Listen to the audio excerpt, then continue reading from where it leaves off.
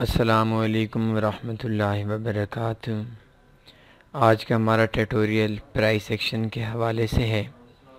ٹویزر tops and tweezer bottoms candlestick pattern.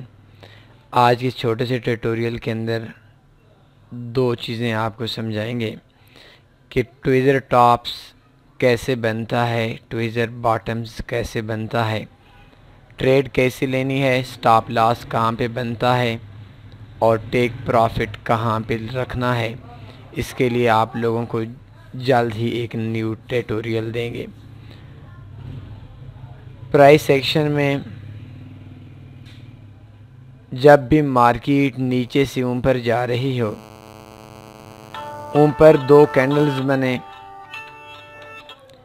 پہلی candle by کی ہونی چاہیے، دوسری کینڈل سیل کی ہونی چاہیے، تو اس کو بولتے ہیں ٹویزر ٹاپ۔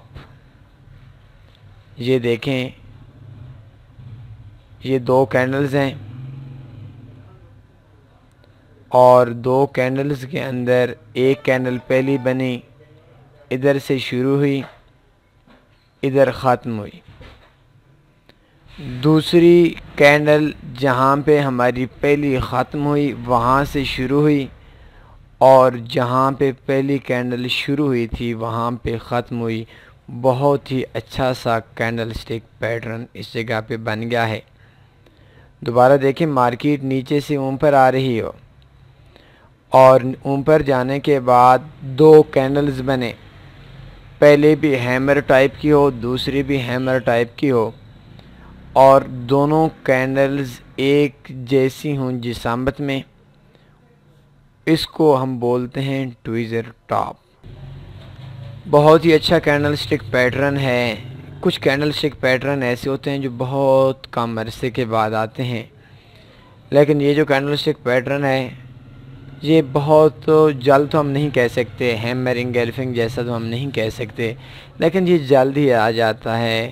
آپ کو H1 کے ٹائم فریم پر آپ کو کئی بار ایک مہینے میں ہر پیئر پہ ملے گا۔ ایک اور میں جگہ آپ کو دکھاتا ہوں، یہ آپ دیکھ لیں، مارکیٹ نیچے سے اوپر جا رہی تھی اور اوپر جانے کے بعد دو کینڈلز بنی، تقریباً جسامت کے اندر ایک جیسی بنی۔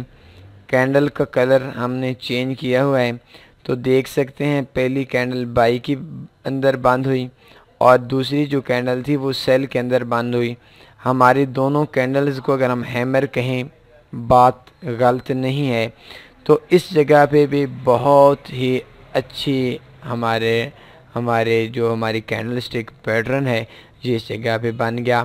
اس جو اوپر بنتا ہے کینڈل سے مارکیٹ نیچے سے اوپر جا رہی ہو، اس کو ٹویزر ٹاپ بولتے ہیں، اور بالکل سیم اسی طرح کی کنڈیشن ہو، مارکیٹ اوپر سے نیچے آ رہی ہو اور نیچے آ کر سیم اس طریقے سے کینڈلز بنائے، تو اس کو بولتے ہیں ٹویزر باٹم۔